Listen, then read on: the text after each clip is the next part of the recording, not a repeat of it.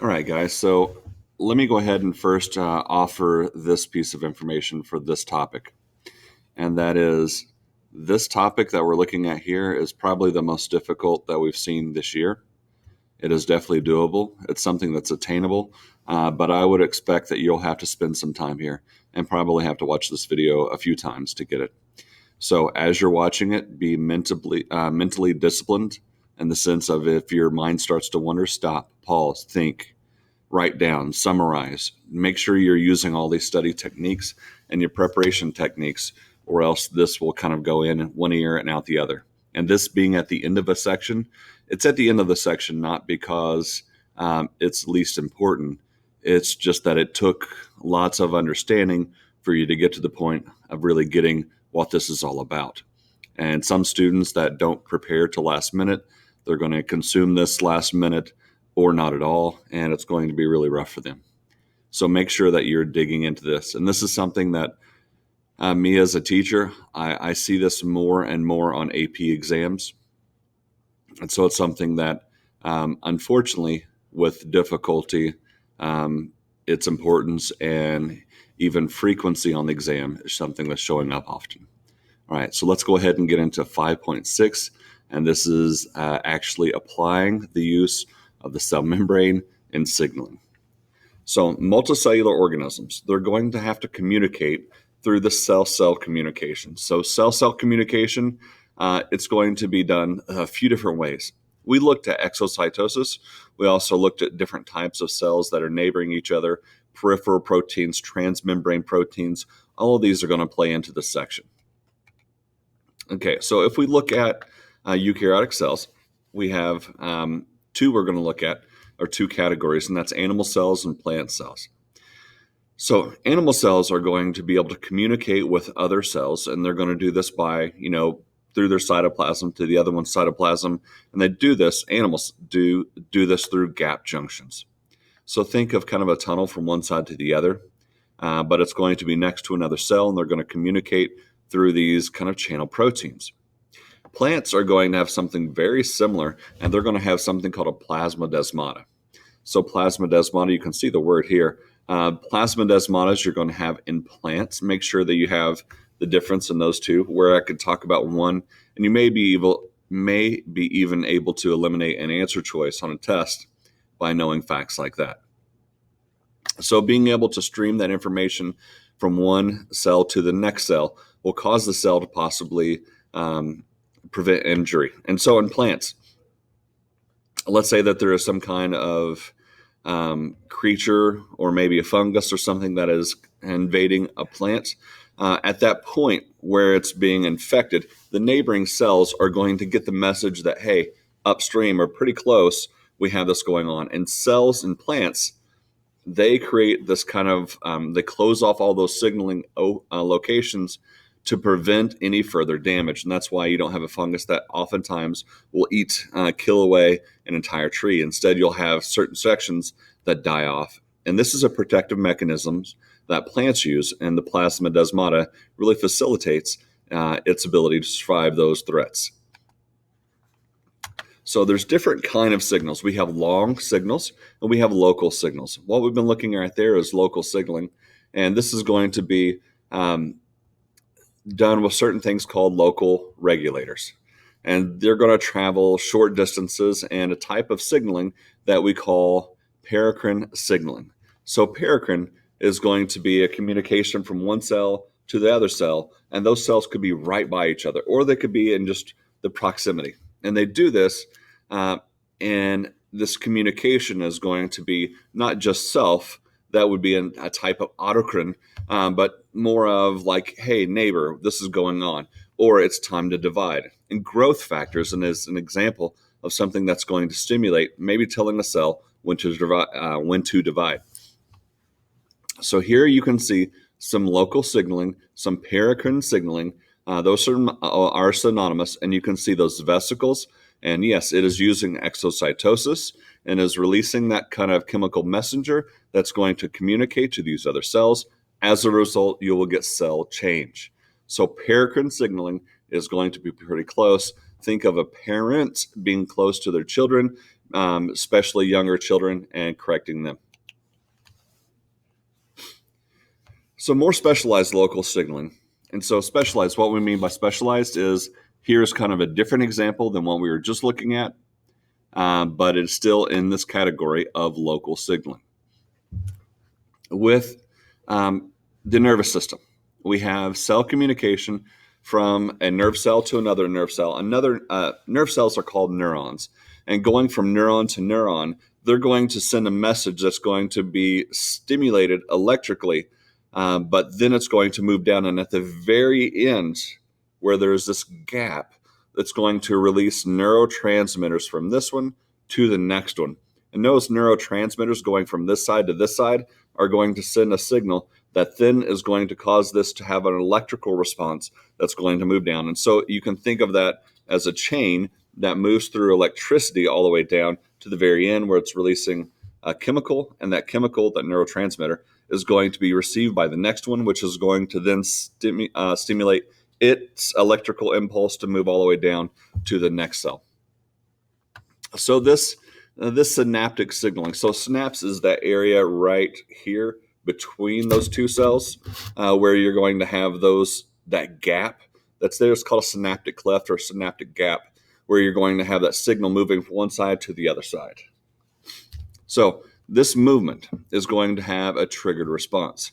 And this is going to be how you're going to coordinate all of your muscles, your memories, your reactions to different things, whether it's something that's really loud or sharp or whatever it may be. You're going to have that immediate response, what feels immediate, but really it's going to be perceived, sent through your system, and processed, sent back, and then you're going to have that response to that loud sound that somebody dropped a book next to you. So here we have that local signaling. Now, notice that this signal is moving all the way down, and as it moves down, it's going to then stimulate the release of these vesicles. These vesicles are neurotransmitters. Those neurotransmitters are going to then go to this side. That's going to be called depolarizing the cell, but it's going to cause an electrical change. This electrical change is then going to stimulate it, and it's going to do this all the way down the next neuron until the point that it gets and releases the neurotransmitters there. Big picture is we have a signal that's going to the neuron. It's going to travel through the neuron. This one's using electricity. And it's going to release neurotransmitters at the other end. And those neurotransmitters are going to then cause a change on the next cell. So cell causing a change on another cell is what we're looking at. So this is using synaptic signaling as a type of local signaling. So the two types we've looked at are the paracrine signaling as local signaling, and we see what that is, and also synaptic signaling as a type of local signaling. Okay, so long distance. A long distance is going to have the capacity to release something into we're going to use the circulatory system just because it's the human and that's what we usually think of. But we're going to release the signal, and this signal is going to travel long distances throughout the entire body potentially, because if it's in the blood and it was released in the brain, it can go to anywhere in your body. It can go to your adrenal gland. It can go to your liver. It could go to your big toe. Regardless of where it is, it's going to have a receptor there. And that receptor is going to be the thing that's going to receive that message. And so think of it as like this. Think of a dog whistle. Now, if we take a dog whistle, I remember as a kid going into pet stores, getting a dog whistle and blowing on it, and just loving that the dogs would just howl. I don't know. I was maybe that kid, but still, I couldn't hear it. It kind of sounded like maybe air going through it. It wasn't uncomfortable, but for dogs, they could definitely hear it. So like a dog whistle, a dog can hear certain pitches we can't. We have hormones that are going to be received by certain organs, certain tissues, certain cells that others don't receive them at all. So I've always said this, and as cells are going to be signaling and communicating, cells communicate, but their language isn't words like we're used to. And their ability to hear isn't through an ear, but it's going to be through things like their words would be equal to chemicals. So chemicals are the words, and the ears are the receptors. And so cells here essentially receive a signal and cause change. So somebody telling you something, just wonderful news into your ear, you're going to be able to communicate that. And maybe somebody that speaks a different language doesn't understand what you're saying. That's going to be them not responding to that, not knowing that it means anything, and it won't cause any change at all to them. So hormones are the same way. You have certain cells that have the ability to receive signals, and other cells that don't. So that hormone just being in the blood system, that's enough because it's going to move through the entire body, and it's going to then have certain target cells that are going to have a response. Those specialized cells are going to have a change as a result of that. And now hormones, there's a lot of different kinds of hormones. And we are not going to learn all the hormones. We're going to learn how hormones work and learn that hormones are long signals. And we also want to point out that we see hormones not just in animals, not just humans, animals in general, but we also see it in plants. So we have many different kinds of hormones that exist, and we are not just species specific in that they exist. So they're going to exist in a lot of different life. So here we have an example. So we have a cell, and this is an endocrine cell. This is just a type of cell that's going, endocrine means that's going to be long distance signaling. So this is a long distance signaling cell releasing its vesicle. We can see exocytosis right here happening, and we can see release of these. So this is active transport using ATP, and this endocrine is going to then get into the bloodstream, that circulatory system, where it's going to be pumped throughout the entire body, and you have the target cell somewhere else. And they're showing this as being the ovaries of this lady would have that signal that's going from the pituitary gland. Let's say it's the luteinizing hormone that's then going to have a response in the ovaries. All right, so Sutherland, if you're looking for somebody to be frustrated with, actually, this guy is a genius and he has done great things. So you just put a name with it. So Sutherland came up with the three different parts of signal transduction. So we have the reception. That's the actual message moving to a place, being received by that receptor protein. We have transduction, which is as a result of that receptor receiving that protein, that whatever it is, it's then going to cause a change. And then you have the actual product as a result of that is the response. So let's look at aldosterone. We'll see it in just a minute. So I'm going to turn off this. You can get an idea of what's going on here. Here we have a receptor, and we have the different kinds of signaling molecules. We see that these don't fit, only that one. So this receptor is really specific. This is the signal transduction pathway. So we have reception, then we're going to have transduction of it, and then eventually over here, we're going to generate some generic word where we're just writing the response. So signals received, we have transduction, kind of like dominoes, where this protein, as a result of bonding, it's going to cause a change. And this is going to be Rube Goldberg, whatever it may be, dominoes. You're going to see that change as a result of that receptor being there. So the signals transduction is going to eventually end with a response. Here is a better illustration of this. So this signaling molecule, we're going to call it a ligand, okay? Some people produce sound out, say this as ligand. We're going to call it a ligand, L-I-G-A-N-D. So the signaling molecule is going to go to this location where it's going to have its actually receptor. See the phospholipid bilayer with the polar heads, nonpolar tails. And we already know about the nonpolar region, the polar regions of this protein, which is going to be alpha helices and beta pleated Anyway, we're going to have this reception of this molecule. Then, as a result of this being received, you're going to have a transduction of response. And this is a relay of several different proteins that are involved in this relay response. Eventually, we're going to have activation, something that's going to be turned on or changed as a result of this. So things that are going to oftentimes be the trigger here, the thing that we're looking for, is we can have the activation of certain enzymes. And these are things I do want you to know. So activation of an enzyme, You can have rearrangement of the cytoplasm, like if your cell is going to go through cell division as a result, or you can have the activation of certain genes. So because of this, you may have genes that are turned to the on position where they start making that protein. Or you can have an enzyme that's going to be activated that's now going to start breaking something down. Eventually, we'll start talking about the lac operon and trip operons and how they work. It's a lot in response to the presence of something. So let's go ahead and start looking at the binding of that ligand, as I mentioned earlier. So as a result of that ligand bonding to this, you're going to have a shape change of the receptor. So this receptor has a conformational shape change.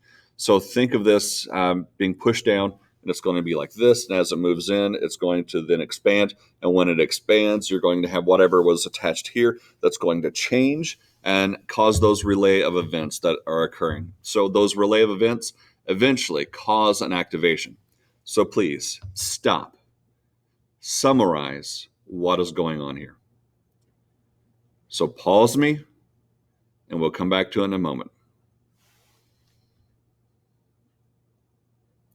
All right, so now that you have summarized, and thank you for doing that, you should have the reception of that ligand, and that ligand is going to then cause a change of the structure of that receptor protein. That receptor protein then is going to cause transduction inside, and that transduction inside is then going to end with activation of something, and that's going to be either of a certain protein. It's going to be a rearrangement of the cell membrane or the cytoskeleton, or even the activation of genes. Those are the three things we looked at right there. So as we looked at this, most of these signal receptors are going to be proteins that are going to be in the plasma membrane. Remember our transmembrane proteins, how we were identifying these integral proteins, these channel proteins, these carrier proteins. This is going to be more of a transmembrane type protein, just generically, where it has some kind of receptor on the outside and it has a conformational shape change as a result of bonding to that ligand. So some things go through the membrane quite easily. Now here we're talking about a signaling molecule that's bonding to the surface protein. But now we're going to look at stuff that goes through the membrane. And you may think like, well, through a channel protein? Not necessarily. If it is hydrophobic, that's right, hydrophobic, then it can move through the membrane quite easily. So what are some nonpolars out there? If you're saying fats, oils, waxes, cholesterol, steroids, phospholipids, I'm proud of you. If not, I'm still proud of you, but please make sure you commit those to memory. Now, things like cholesterols and steroids are great communicators here. And so you have these signaling molecules that are going to be able to cross the membrane. We'll come back to the steroids in just a moment. So these water-soluble signaling molecules, these are the polars. They're going to have two main type of receptors. These two major type of receptors are going to be the G protein receptors. So G protein coupled receptor. We'll see what that means in just a moment as we look at one. It's not really that bad. We also have ligand-gated ion channels. And ligand-gated ion channels, they sound even worse, but actually they're easier. So these two things are not really that bad. Let's just tackle them and know that we can get this. So let's do this. So these G protein coupled receptors. First of all, G protein, what are we talking about here? So G protein refers to something GTP. You've heard of ATP, adenosine triphosphate. This is guanyl triphosphate. And do you have to know that G stands for guanyl? You don't, as in guanine. But this is a form of ATP, but a different version, if you want to think of it that way. This is an energy form. So GTPs are energy rich. So that's the G of the G protein coupled receptors. Coupled means with. So this is a G protein with receptors. And so let's start looking at it. And so many G proteins are going to be similar in structure, but the way they work is really, really crazily different. So let's look at some of these.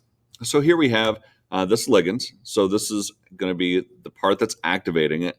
As a result, remember that Starburst is usually saying the word ATP. Now it's saying GTP because GTP is going to be a really common energy source that you have in this process of G protein coupled receptors.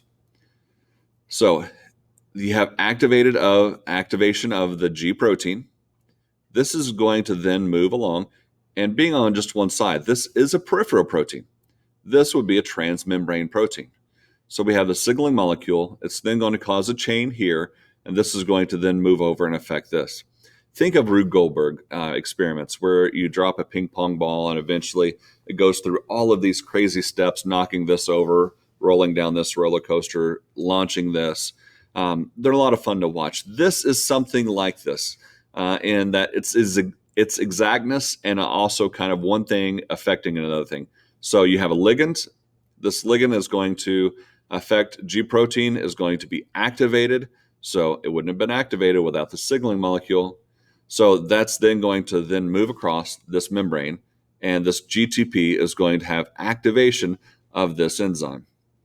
So just to kind of look at this: reception, transduction, response, RTR. So we have R, reception, that's here, transduction, then we have response. So we show cellular response. So as a result of this bonding, we have the cellular response. And this is how it is working. So that's G protein coupled receptor. All right, ligand-gated ion channel. Let's just break this down. Ion channel. Do we know what that is? I'm guessing that with ion channel, you know what that is. And with ligand-gated, let's just stop and think. That ligand, do we know what it is? Yes, we do. It's that thing that's floating around that's going to be have a receptor that's going to receive it. Gated. Can we imagine what a gated channel is going to be? That's right. It's going to be a protein channel that's blocked somehow. So ligand-gated ion channel is going to tell you all about itself before we really even study it. So it's going to have some kind of signaling molecule that's going to move through, and as a result of that ligand that's going to bond to it, it's then going to cause a conformational change that's going to allow for that flap to open up. When that flap opens up, we're then going to have diffusion, where it's going to go from high concentration to a low concentration. It's then going to just flow through until it's at a certain electrical chemical gradient, and then it's going to shut. So a ligand-gated ion channel, you're going to see these, and they're going to be huge in importance when you're talking about things like the nervous system. So the nervous system is going to be using a lot of sodium. It's going to use chlorine. It's going to use potassium. You're going to have a lot of things that are going to be involved in this process of, we're going to call it the action potential. But anyway, ligand-gated ion channels are not beyond you. They're actually pretty easy, because when we look at it, we have a ligand, we have this gated channel, and when this bonds, then they're going to have the movement of these ions from a high concentration to a low concentration, and you're going to have them just diffuse through. Notice that we talked about, just to build up to this point, that we have the phospholipid bilayer. We discussed at great length of all the different portions, the polar, the nonpolar, why it's a liquid medium. We also looked at different kinds of channels, different kinds of proteins, peripheral proteins, integral proteins, which are transmembrane proteins. And then we looked at receptors and like receptor-mediated endocytosis. And we have this process where the signaling molecule that's going to be received, and then comes the concept of diffusion. So we're using our understanding of so many parts of Chapter 5 right here just to get what's going on. And so the movement of this, and notice that as a result of these moving through, that you're going to have a different electrochemical gradient that's going to form because of the change of electricity due to the ions on one side versus the other side of the cell membrane. And so as a result of that concentration of that electricity that's essentially going to be in here, these ions that have moved to the other side, you're going to get a cellular response. Remember the signal transduction pathway we have reception, we have transduction, and we have response. And this is the response part of that. Okay, so let's pause a second and summarize what we just talked about.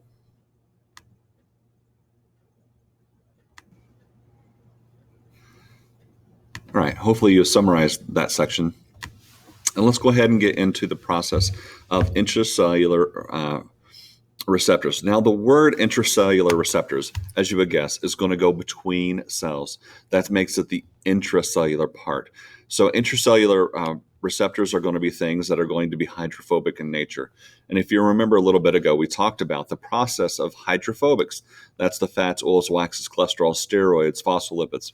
This is going to be where we actually see that play out. So sorry that I introduced that earlier, but we're going to see how that really works here, because these hydrophobic pieces are going to pass through the cell membrane. And a couple examples of these are steroids. Also, thyroid hormones are going to move through animals, as well as nitric oxide in both plants and animals. So let's take aldosterone. So aldosterone is going to be a type of steroid hormone, and this is going to be secreted by the adrenal gland, and it's going to go all over the body. So when it goes all over the body, what that means is it enters the circulatory system, where it's going to be pumped through the body. Now, certain hormones like this, it's going to be able to go through the actual cells and go inside the cell, where it's going to have a transcription factor that's going to allow it to work. This one, aldosterone, which is going to be produced by the adrenal glands, this is going to be heavy in involvement in the control of sodium, which is directly tied to those aquaporins that we talked about that are going to be involved in water control. So do you need to know a lot about the kidney? No. Is this just an example of applied AP biology? Yes, that's what it is. And by conversations that I've been hearing, you guys want more example of controlled application. So here we have a hormone like aldosterone. Notice that this is automatically different than what we've been looking at, because we see it move through the membrane. That's different. Being a hydrophobic in nature allows it to move through that portion. Otherwise, it'd be repelled, and that just doesn't work. So this moves through, and it's going to go to this protein receptor. This protein receptor, you would think, is just some kind of docking station, not that important. It's very important, because as a result of this, it's going to be able to go to the actual DNA, where it's going to have transcription of this message into the mRNA, which is eventually going to allow for translation at the protein. As a result, we get a new protein. So because of aldosterone entering, you have the receptor. It's going to move to the DNA. It's going to be read, transcription, and then we're going to have it go out to translation at the ribosome to make protein. So aldosterone, we can see it starting, we can see it actually the product. So signal transduction. This is going to be a step-by-step process. So make sure in your notes you mark it. You put it like a point here where you're going to make a line in your notes that this is a new level, a new area. You got to get this. So please tackle it. So signal transduction is going to be a series of events where you're going to have step by step, eventually ending in a response that is more than just the initial signal. This is going to be an amplified response. You can think of a positive feedback mechanism where one thing is going to hit maybe two things. Those two things are maybe going to hit four things. Those four things are going to have a major effect. And that's because one signal was sent across. So it's not one signal, one response. It's one signal, lots of response as a result of that signal. So this is the amplification that's occurring with this. So these signal molecules are going to act like dominoes, where if we had a domino set up in kind of a triangular form, we can have that one knock, one trigger, one ligand-based receptor, which is going to go all the way through and cause the change of giant proportions. So this signal transduction process eventually is going to end up with a change. And oftentimes it's a shape change of a protein. And I know that we've talked about this before, and that is shape determines function. And if you can change the shape of something, you're going to change the function of something. Think of the shape of a key. If you can morph the shape of a key, it's not going to work in the same lock. It's not going to be right. And so if we can change the little teeth of the key, it's not going to be a workable key. So this process is going to be the process of phosphorylation and dephosphorylation. These are two words you need to become familiar with. They are not just catchphrases. They're not something that goes away. They are in the depth of almost, I would say, half of your chapters. So this is part of your language that you really need to get. This is the foundational piece. Otherwise, give it 6 weeks, give it a month, 2 months, 3 months. You're going to struggle with this again and again and again if you don't get it here. So phosphorylation and dephosphorylation, as you would indicate just in those words, phosphorylation means you're going to be adding a phosphate group too. So when you use something like protein kinases, I know that's not a normal word to you. Protein, we get kinase, it kind of sounds weird. We know the ends in ase, so we know it's going to be an enzyme. That's right. So protein kinase is going to convert ATP, and it's going to phosphorylate it, and it's going to take that phosphate group off of ATP. That process of going from ATP to ADP, that breaking off of one of those three, so that you're breaking off, that is phosphorylation. You're breaking off a phosphate group. So that phosphate group that's broken off is usually tagged on to something else, and that's something that is close by. So this signaling pathway is going to involve the phosphorylation and dephosphorylation. This is called the phosphorylation cascade. And so you're going to have the adding of phosphate groups as things change. So let's look at some examples of this. We have the signaling molecule, and we can see that signaling molecule that's actually going to hit and cause a change. As a result of that, you're going to have the activation of this relay molecule. So you're going to have the inactive protein kinase that's going to be activated. And look at what we have here. We have ATP converted to ADP. And look at this, phosphorylation. Phosphorylation. Now, this process of generating the ATP and getting this active protein back to an inactive protein, we're going to get to that in just a moment, because this looks kind of this oval thing, like what is going on there? This is the cascade. It's going from here to here to here to here. And eventually, we have activated the protein that we need to activate that gets the cellular response. This process of phosphorylating all of these, this part is the phosphorylation cascade. So once again, that is just something that you need to get a hold of. And it may be that like, stop, draw it. That may be what works for you. Try it. Take those risks. Don't just sit there consuming and expect to get it. You won't. Buy in, summarize, draw, explain, ask questions. All right, let's dig into it a little further. So here we have step by step. We have the receptor, that ligand, that receptor that's going to then cause a change. We have that change here, this activated type of relay molecule, this peripheral protein that then causes the activation of that protein kinase. So that protein kinase is going to go through phosphorylation, where it's going to have the ATP phosphorylated, eventually to have ADP, and that phosphorylated activated protein kinase 2. When protein kinase 2 is going to be activated, you're going to see a similar process where ATP is going to be converted to ADP, where you have phosphorylation of the activated protein. Here it is. The phosphorylation of this protein is going to cause it to become active, leading to cellular response. So, protein phosphatases. That is a scary sounding word.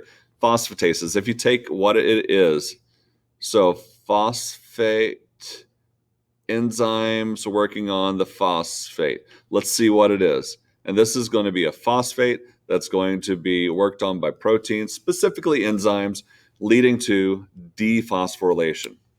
So the dephosphorylation, as you would guess, is going to be the process that we have going on here, where we're taking that activated protein and we're stripping that phosphate group off. We're dephosphating, and that's going to end up in turning off.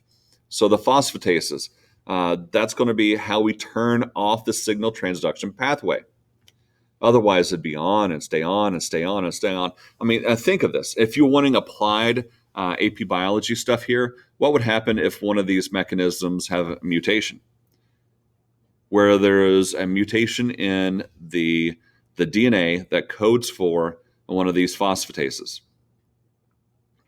What's going to happen is it's going to turn on and stay on. Dephosphorylation won't occur. If dephosphorylation won't occur, then the turning off of the signal won't occur.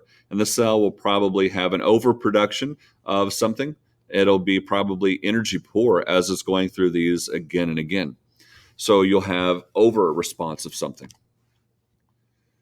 Now, when we're looking at messengers, we haven't really talked about first messenger, second messenger, but we could apply it to the systems that we've already been talking about. And this is not something that's beyond us. Let's start looking at it. So we have our primary messenger, that ligand that's actually bonding to the receptor that's on the top as it's going to fit into that groove and cause that response. That is the first messenger. That is the thing that's actually causing a cellular response as a result of that. The second messenger, that is the part that's down here, that transmembrane that's on the bottom of this peripheral protein that's there, that's then going to cause a change. As a result of that change, then you're going to have cell response. Oftentimes, the generation of some things like cyclic AMP or calcium ions. These are really common second messengers. So let's look at what cyclic AMP is. Cyclic AMP, written as C, and then all caps AMP. Cyclic AMP, this is going to be a molecule that's going to be generated from ATP. And you're going to do this by using something called adenyl cyclase. Adenyl cyclase is an enzyme that's going to make cyclic AMP. The name, adenyl cyclase, should help you. ACE at the end is telling you that it's an enzyme. Cycle is telling you that it's going to make something cyclic. What is it making? The adenosine triphosphate, ATP, but this is going to make it cyclase. So adenyl cyclase makes a cyclic AMP. That should be kind of telling on itself, just giving you information. So that's a really handy thing. So adenyl cyclase is going to convert ATP to cyclic AMP. Now, once you have cyclic AMP, that's going to be the thing that's going to activate protein kinase A. So here we have this process. So we have the second messenger involved. Notice that we're not really identifying it, and we're going to have the proteins kinase A. So here we have this first messenger. So this is the ligand that's going to bind to this receptor region of this transmembrane protein. As a result, this G protein is then going to be activated, and it's going to have this G protein move over, and that's going to activate adenyl cyclase. The adenyl cyclase, we know what that does. It's going to convert ATP to cyclic AMP. So now that we have cyclic AMP, cyclic AMP is going to act as the second messenger, which is going to then activate protein kinase A. Protein kinase A could then lead to an amplification response. And here we've just shortened that process. And they've even shown multiple areas to not really show the phosphorylation cascade. They're just showing that in the end, you get cellular response. So the cell response is all going to be a part of that first messenger.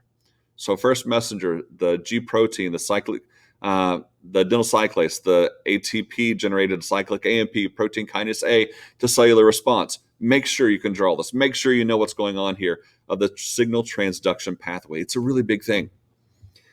So ultimately, this pathway is going to regulate cell activities. So as the result of some signal that's moving through, this is going to cause maybe the production of an enzyme, or maybe the making of a protein, or maybe the turning on of a gene, or the turning off of a gene. So we have certain kinds of oncogenes, certain kinds of cancer genes that are just part of our normal genome that are continually turned off. And this keeps us from developing cancer. This is just one of the ways that people develop cancer. And I know this is a touchy subject, but let's understand the biology of it. We'll really dig into how cancer works and why it works as we study later in the year. But this is just an idea of the signal transduction pathway with the way things that are going to move through. So here we have growth factor, and this is, that ligand that's going to cause the change, or receptor. We have the phosphorylation cascade. We're leaving out some of the other details just to kind of generically say it's cascade, phosphorylation cascade, where we have transduction. Eventually, we're going to have the activation of this transcription factor. As a result, we have the actual transcription, where we have mRNA that will be eventually read at the ribosome to make the protein through translation, and we're then going to have our product. So, other pathways regulate the activity of enzymes, and some of them are going to open or close different kinds of channels, whether ion channels are going to be opened or closed. And this is going to be a change greatly due to your metabolism. So, younger things oftentimes have a greater need for metabolism, like they're growing quickly, so they're going to be using things quite readily. So, here is an example with glucose for guinea pig, and you can see the age. This is the red is representing a 15-day-old guinea pig, and this is representing a 1-month-old guinea pig, and this is showing the concentration of glucose. This is radioactive glucose, so we can actually read. So this is radio-labeled, if you want to think of that. This is heavily used, and we can also look at the incubation time and minutes, and we can see that the amount that's used is going to be much higher by the younger guinea pig. And you can look at these baby guinea pig here and kind of get an idea of what's going on. So this is pretty much ending the section. We can see different kinds of receptors, normal cells versus severe disease. We can see fight or flight that's going on, which is going to be the release of hormones that are then causing a change of different proteins in different regions, causing the rush of blood flow to the eyes and brain, the restriction of blood flow to our digestion, and because we need all of our blood flow moving to our muscles as we're trying to get away. So you get the idea. Passive transport, we have moving from higher to lower. We also have carrier proteins involved. We have active transport, like our model here of the sodium potassium pump. We have our signal transduction pathway, and we have reception. We have the actual transduction, and we have activation of something, the response in the end.